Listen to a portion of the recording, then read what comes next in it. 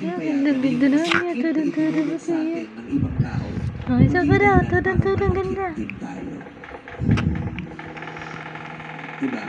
Sobrang sakit nun eh. Nung mga nangyayari sa iyo, ang ending, para maprotektahan mo yung sarili mo sa sakit na yun. Kasi sabi nga diba, hurt people hurt people. Oh, ganda mo na, And ganda. after this, sana, everyone, let's just be more respectful and loving. Diba? Kung hindi mo uubra yung accepting, kung hindi mo matatanggap, at least, igalang. Parang relihiyon na yan eh, di ba?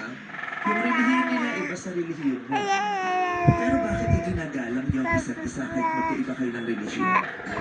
Di ba? Bukod sa relihiyon, dapat sa mga pangkaraniwang tao at sa bawat individual ginagawa natin. Ay, hindi tayo pareho. Magkaiba tayo. Tudong-tudong Sorry kasi. hindi ko mayayakap yung trip mo. Hindi ko rin naman ina-expect na yakapin mo yung trip ko. Pero nire